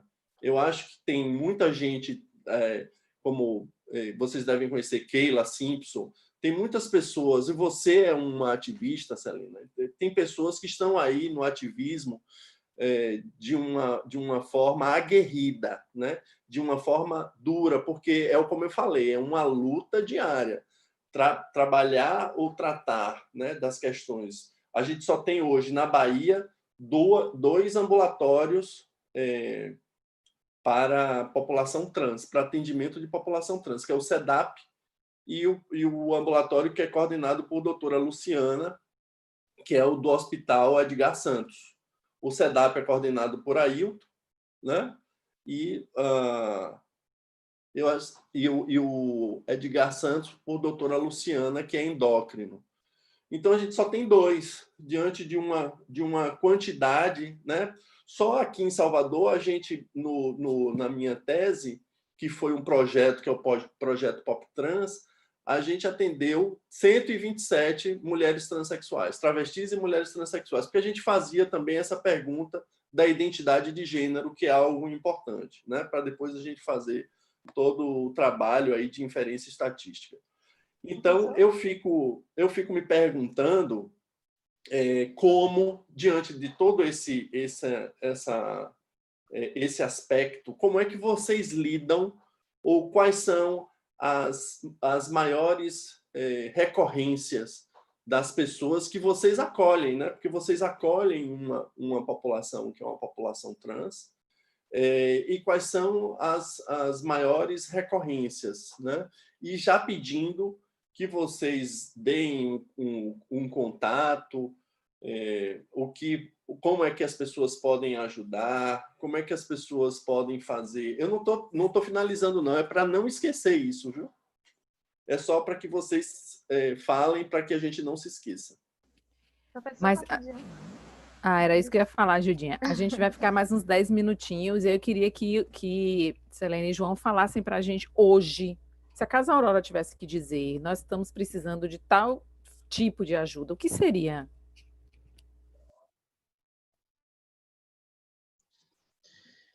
Então, respondendo primeiro, Ricardo, né? As pessoas trans que chegam aqui, geralmente porque são expulsas de casa, porque estão no início da transição, né? A família, os pais não entendem, não aceitam. A Casa Aurora ela não se opõe à família, pelo contrário, a gente faz de tudo para poder criar um diálogo, né, e fazer com que seus filhos e filhas e filhos entrem em contato com seus pais, né? Quando as pessoas chegam aqui, elas passam por uma orientação que a gente faz, geralmente a gente explica para elas que não é culpa também dos pais, e sim da estrutura, né, e dessa compulsoriedade dessa norma, né, cisgênera sobre os nossos corpos. Então, às vezes são pessoas que vêm do interior e que a família não tem um acesso a essas informações e que também está sendo dominada pelas doutrinas das suas religiões, né? E várias questões assim fazem com que as pessoas trans venham parar aqui na Casa Aurora, né? Então, geralmente são por falta de compreensão da família, e aí quando elas passam a assumir a sua identidade de gênero, externalizar e construir, pronto, perde os privilégios que tinha, já começa o processo de perseguição, o processo de violência psicológica, de apagamento, de inúmeras violências, né? E aí, geralmente, as pessoas que, quando elas chegam aqui, elas se sentem mais à vontade para fazer a sua transição, né? Porque conhecem outras pessoas trans, né? Aprendem com outras pessoas trans que aqui estão, né? E a gente vive nessa comunidade, a gente cria a nossa família, essa configuração de família, que é uma família em rede de proteção, que a gente faz de tudo. Toda semana a gente faz uma reunião para poder alinhar nossas estratégias, porque todo mundo que está aqui também participa desse movimento, né? Não é simplesmente uma pessoa acolhida, ela vai ficar lá no quarto dela, usando os serviços, não. Elas também fazem parte desse movimento, então elas dão dicas de como a gente pode construir estratégias, como a gente pode construir também mecanismos de proteção, né? A gente ressignifica o sentido de família para essas pessoas, na real, assim, né? Tanto que elas têm uma leitura, elas chamam a gente de pai e de mãe, elas se atritam, obviamente, a gente contorna, obviamente que elas não se agridem, mas como são pessoas diversas, cada um do mundo, carregando um mundo para si, elas também têm suas divergências, né? Elas dividem os quartos, elas no sentido de família, elas têm o João e a Selena como pai e como mãe, por exemplo. Então, o que a gente dá é todo o suporte. A Casa Aurora garante as 3 refeições por dia, né? Uma casa equipada, um suporte, mas, para além disso, a gente também garante outros atendimentos para elas, né? Para elas e para eles. Mas, tipo, atendimento psicológico, atendimento jurídico, elas fazem atividades período antes da pandemia, a gente fazia alguns cursos e colocava para que elas também fizessem a partir do que elas pedem, né? Então, é esse lugar que a gente faz com que cada pessoa se sinta. É engraçado que todas as vezes, a primeira pergunta que eu faço quando chega alguma pessoa nova na casa é se ela conseguiu dormir. Porque, veja, a violência é tanta que impacta no sono dessa pessoa. Então, quando ela vem para um lugar que ela consegue respirar um momento de paz, ela consegue dormir. Eu sempre pergunto, e aí, conseguiu dormir? Né? Então, a gente sempre tenta fazer essa integração. Os nossos meios de contato para fechar parceria, receber doações, etc., é através do nosso e-mail, né, que é o caso, eu vou deixar escrito aqui, e a gente tem agora um WhatsApp, que é o mesmo número nosso fixo, que é o WhatsApp da Casa Aurora, então as pessoas podem entrar em contato com a gente a partir desse lugar, mas também a gente tem o nosso Instagram, né, onde a gente compartilha o que a gente tem feito, nosso trabalho, um pouco das coisas que a gente tem tentado mostrar às pessoas, né, e fazer com que as pessoas enxerguem as pessoas daqui. É muito engraçado quando alguém pergunta o que eu posso fazer pela Casa Aurora, aí eu sempre digo, empregar uma pessoa que está aqui acolhida, porque a gente sempre pensa que elas precisam sair daqui, mas que elas precisam sair daqui com dignidade, com emprego, com garantias, né, porque a gente está dando uma base, a gente abriga por um tempo que não é um ano, né? 2 meses, no mínimo, no máximo 6 meses. Então, a gente tenta dar toda uma estrutura para que elas caminhem, né? Para que cada pessoa que chega aqui caminhe. Então, o que eu posso fazer pela Casa Aurora? Poxa, divulgar o trabalho de uma pessoa que está acolhida na Casa Aurora, fazer uma seleção de emprego com uma pessoa que está acolhida na Casa Aurora, trazer a dignidade, né? Trazer a autoestima dessa pessoa, né? Para que ela tenha porque ela entenda que o fato dela ser LGBT não é um crime, né? Que para a sociedade pode ter sido um crime, mas aqui ela vai ressignificar isso. E atualmente o que a gente mais precisa, assim, com relação à casa, são materiais de higiene, né? Porque o consumo é diário, né? Papel higiênico, produtos de limpeza, né? De higienização do espaço. E também a gente precisa de que as pessoas apoiem a gente no financiamento recorrente, porque através do financiamento recorrente que a gente paga nossas contas de infraestrutura, como água, luz, que não dá para pagar um quilo de alimento, não dá para pagar material de higiene, né? A gente consegue o aluguel com um deputado, mas as outras coisas a gente vai se virando aqui, fazendo vaquinhas, fazendo evento.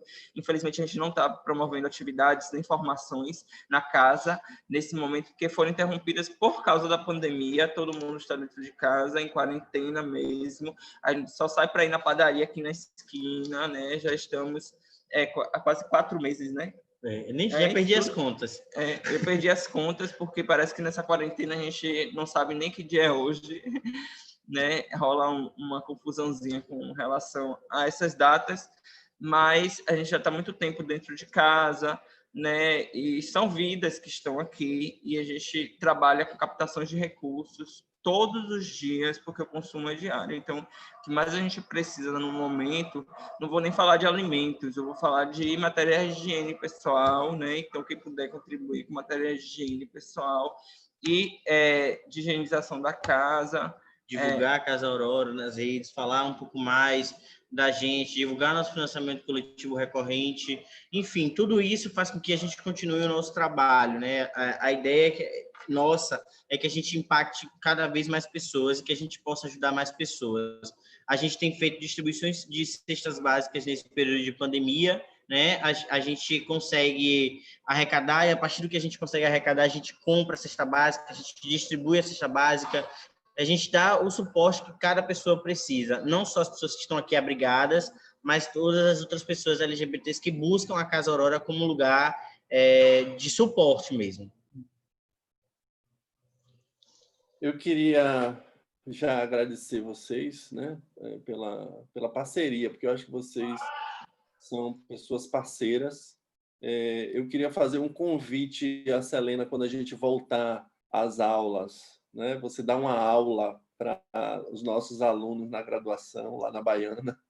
Eu queria fazer esse convite, uma aula sobre gênero, acho que você tem um lugar de fala importante.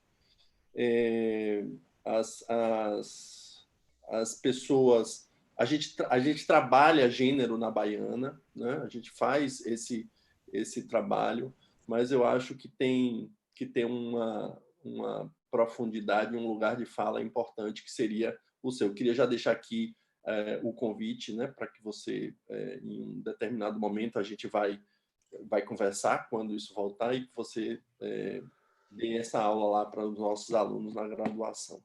Queria lembrar a quem está aqui que o Brasil é o país que mais mata LGBT no mundo. A gente está no ranking do país que mais mata. A transfobia, ela mata... Uma pessoa trans, ela morre a cada 24 horas, se não me engano. Esse dado saiu essa semana e isso é estarrecedor. Então, a gente tem uma condição de assassinatos ou, de alguma forma, de maus tratos ou de discriminação à população LGBT.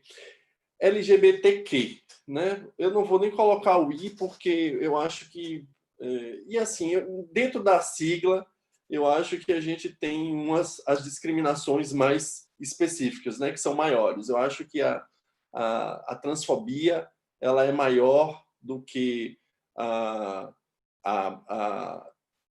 lesbofobia, do que a gayfobia, né? Eu acho que tem algumas diferenças. Eu acho que tem dentro dessa sigla, né, uma condição diferenciada nessas discriminações. Mas, no todo, o Brasil se porta, e do ano passado para cá, né, desde quando esse governo entrou no país, a gente teve um aumento elevado, considerado, quando comparado a outros anos. Porque os anos anteriores, os governos do presidente Lula e da presidenta Dilma foram governos que tiveram um olhar para a população LGBT.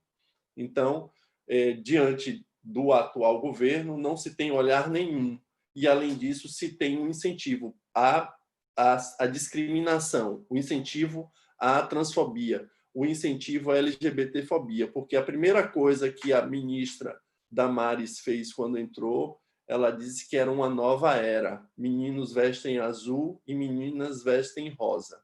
Então, foi a primeira frase que ela fez, arrodeada de várias pessoas, e ela fez e ela falou isso, né? Isso já é um incentivo a discriminação. O azul e o rosa, como o João bem trouxe, tem países que fazem propagandas contrárias ao azul e ao rosa, às crianças. Hoje a gente tem no Brasil uma coisa chamada, tem a ver com o bebê que vai nascer, chá de... me dê aí o nome, chá de revelação. Chá revelação. Chá de revelação, que se for menina, vem balões rosas, e se for menino, vem balões azul. A gente já começa a transgredir a partir do momento que eu falei para vocês anteriormente, a partir do momento de uma ultrassonografia, onde determina o sexo biológico e você ali já dá um carimbo àquela pessoa, e aquela pessoa vai ter que ter uma construção de azul ou de rosa, vai jogar bola ou brincar de boneca, né? E aí você faz... E isso leva ao feminicídio, isso leva à violência à mulher, e as pessoas precisam falar também de feminismo, né? Selena é uma pessoa que é feminista, então precisamos falar de feminismo nas escolas, precisamos falar de feminismo nas universidades, precisamos falar de grupos LGBT para ver se a gente consegue construir ou reconstruir uma sociedade acolhedora para as populações. Queria agradecer, vocês já colocaram aqui o telefone, 71 3019 7545, Aurora _ Casa LGBT no Instagram. Eu já sigo há muito tempo. Casa de Acolhimento, aurora@gmail.com. E é isso. Querem falar mais alguma coisa? João e Selena. Eu quero agradecer por esse encontro maravilhoso, né? Infelizmente é de forma virtual. Agradecer a Ricardo também pelo convite. Será um prazer me preparar para poder dar uma aula lá com vocês, né? Participar desse momento, participar dessa construção, né? Quero dizer que estamos à disposição, que eu, enquanto equipe da Casa Aurora, né? Nós estamos à disposição, né? Caso vocês saibam de alguma pessoa LGBTQIA+, que esteja passando por alguma situação difícil, ou que esteja precisando desse apoio, desse acolhimento, né? Pede para procurar a Casa Aurora. Nós estamos aqui trabalhando muito para fazer o que a gente pode fazer no momento, né? Que é essa micropolítica, né? Nós somos seres políticos, independente de partidário ou não, nós somos seres políticos. E o que a Casa Aurora é uma política decolonial, né? A gente precisa discutir muitos assuntos, né? Principalmente que a gente mora aqui na Bahia, e nosso contexto é um berço de diversidade, né? E são múltiplas identidades a serem discutidas, e a principal mensagem é que a gente precisa respeitar, e aquilo que a gente não sabe, não conhece, a gente precisa convidar, né? A gente precisa incluir, a gente precisa pesquisar, buscar, estudar, para ter essa autoatualização, né? Porque ninguém também nasce sabendo. A gente sabe que existe a boa vontade de muitas pessoas em aprenderem também. Então, nós estamos aqui disponíveis para aquelas pessoas que querem compartilhar, né, seus saberes com a gente e também aprender um pouquinho. Agradecer ao convite, né, do PET, né? Agradecer a você, Ricardo, pela ponte, e dizer para cada pessoa que respeitem as pessoas LGBTs, acolham as pessoas LGBTs, ouçam. A gente precisa, uma coisa que a gente precisa exercitar é a escuta, e isso é muito importante, né? Entender que quando um amigo, uma amiga faz uma piada LGBTfóbica, a gente não pode dar risada, porque quando a gente dá risada, a gente alimenta a violência. Então, por mais que eu dê risada e eu esteja ali, hoje eu aprendi sobre isso aqui, né? E aí eu vou e dou risada do que de um comentário, etc. A gente precisa começar a combater. Só assim a gente vai levar pautas importantes para o espaço. A gente vai se tornar pessoas chatas, né? Porque é isso que vão taxar a gente. Mas a gente precisa entender que a diversidade existe, que a pluralidade existe, e que a gente precisa, sim, respeitar o indivíduo na sua interseccionalidade. Se uma pessoa diz que o nome dela é João, o nome daquela pessoa vai ser João. Se uma pessoa diz que o nome dela é Maria, a gente precisa entender que aquela pessoa quer ser tratada enquanto Maria. Então, a gente precisa respeitar os sujeitos, independente do que a gente está vendo ali. Eu acho que é isso. Agradecer mesmo a oportunidade. agradecer por cada pessoa que disse aqui que vai divulgar a Casa Aurora, porque é muito importante. O nosso trabalho precisa ser ampliado para que mais pessoas acessem esse espaço, que é essa a ideia. A gente quer atingir a maior parte de pessoas LGBTs possíveis que precisam de um suporte psicológico, precisam de uma conversa, precisam de um acolhimento, ou seja lá, qualquer demanda que a gente ofereça. E fortaleçam pessoas trans, fortaleçam projetos desenvolvidos por pessoas trans. Contratem pessoas trans, né? Contratem pessoas trans, contratem pessoas LGBT. João e Celina, eu quero agradecer mais uma vez a oportunidade. Eu já estive com vocês, não sei se vocês lembram, em uma mesa lá na Baiana, coordenando, foi muito bacana. E eu quero dizer que vocês têm mais um convite, porque Ricardo monopoliza todos os convites da Baiana. Tudo bem que eu estou com ele, então eu termino recebendo vocês com muita alegria, mas eu quero também convidá-los para fazer parte, para participar de uma live conosco do GPAD, que é um grupo de pesquisa e extensão em álcool e outras drogas que nós temos na Baiana. Acho importante levar essa pauta, é uma pauta, assim, ouvi-la e ouvi-lo é sempre muito interessante. Eu saio daqui hoje muito mais, assim, sabe, sabedora e também divulgo muito sempre a Casa Aurora. Não é só Ricardo que curte, eu estou lá curtindo também. É verdade. Mas eu vou entrar em contato com vocês para que a gente possa fazer. Eu não vou esperar essa pandemia terminar, então eu vou fazer o que nós estamos fazendo sempre que é uma live, então eu vou convidá-los, né? Convidá-lo e convidá-la para estar conosco. Tá bem? Fica à vontade. É um prazer. Um beijo. Beijo, gente. Te adoro, você sabe disso. Pessoal do PET, obrigado pelo convite. Ieda é uma parceirona. Esse espaço foi de vocês, gente. E eu acho que a gente falou bem, né? Você sabe que eu tenho uma admiração enorme por você, né? Não é da agora, é de muito tempo. Foi minha monitora. Eu adoro. Obrigado, viu? Obrigado. Bom, gente, em nome do PET Odontologia, a gente agradece, né, muito a participação de vocês. Foi um momento maravilhoso. Acho que todo mundo aproveitou um pouquinho. Né? João, Celina, parabéns, né, pelo projeto de vocês, né, da Causa Aurora. Muito lindo, né, esse projeto de vocês. E a gente agradece imensamente, né, a presença de vocês, a presença de todos também que estiveram aqui participando com a gente, né? Alunos de odontologia, também tiveram alunos de outras instituições, né, que estiveram aqui com a gente, os professores, né, professora Érica, professora Rosângela, né, professora Rebeca, e tantas outras professoras que estiveram com a gente, né, vocês são muito importantes nesse momento como propagadores, né, do conhecimento, né, e é isso, gratidão, né, por esse momento, e é isso.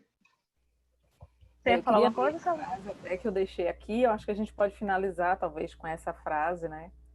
Que mensagens importantes foram plantadas aqui, que possamos levar essas sementes para onde passarmos, né?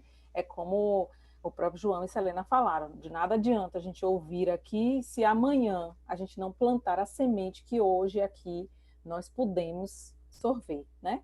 Então, eu queria novamente, como o Gilda falou, agradecer a todos vocês. O PET está planejando várias coisas, meninas. Podem esperar com vocês. Não vou nem falar nada de Marlene e Ricardo aqui, mas a gente também vai estar com vocês nesse momento de pandemia, mas também depois. São ações que esperamos ser perenes, tá bom?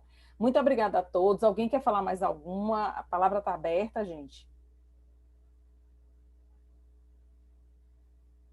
Nada mais, Ricardo? Quer dar um tchau? Todo mundo junto? Vamos lá? Vamos dar um tchau, porque eu vou encerrar a gravação no YouTube, eu vou botar a tela grande e aí a gente dá um tchau. Obrigada a todo mundo. Tchau. Tchau, pessoal. Tchau, gente. Um beijo. Tchau, gente.